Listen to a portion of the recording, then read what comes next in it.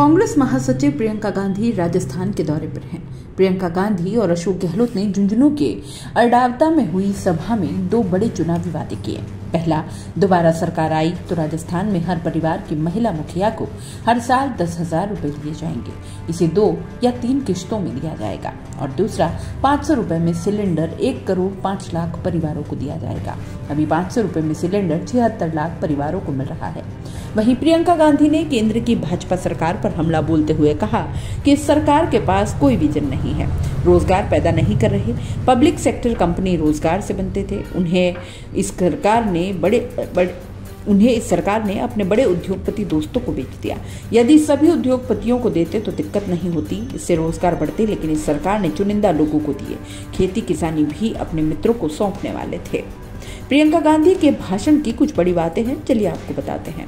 उन्होंने कहा कि चुनाव आते हैं तो नेता आते हैं और भाषण देकर जाते हैं। कभी कभी मुझे लगता है कि सारे नेता एक ही भाषण देते हैं, हम उनको दोष देते हैं, वो हमको दोष देते हैं। इससे अच्छा है कि एक ही मंच पर डिबेट रख ली जाए। दूसरी बात उन्होंने कही, मोदी सरकार की बातें खोखली हैं, वे महिला आरक्षण की बातें करते हैं।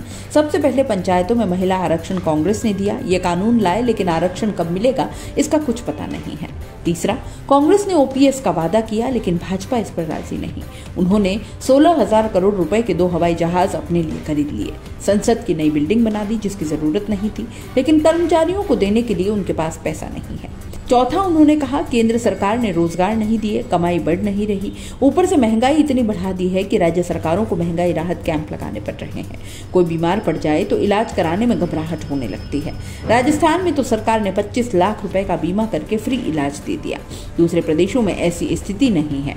पांचवा, धर्म की राजनीति करने वालों की जवाबदेही खत्म हो गई है। वे समझ गए हैं कि काम करने की जरूरत नहीं है, सिर्फ धर्म का नाम लीजिए, जाति का नाम लीजिए और वोट बटोर लीजिए।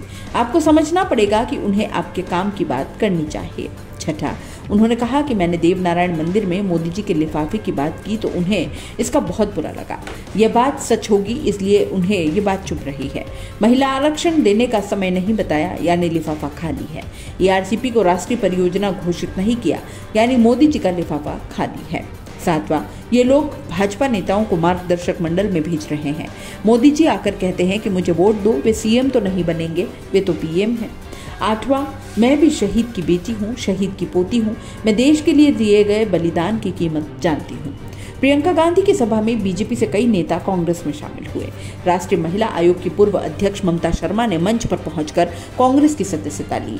इसके अलावा किशनगढ़ से बीजेपी के टिकट पर चुनाव लड़ चुके विकास चौधरी ने भी कांग्रेस ज्वाइन की। इसके साथ ही धौलपुर से विधायक शोभा रानी कुशवाहा ने भी कांग्रेस ज्वाइन कर ली। राज्यसभा चुनाव में कांग्रेस को वोट देने के बाद भाजपा ने उन्हें निष्कासित कर दिया।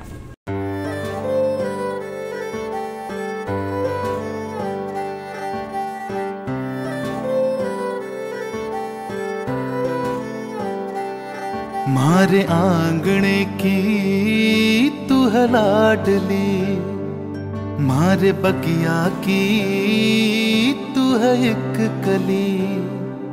मारे आंगणे की तू है लाडली, मारे बगिया की तू है एक कली।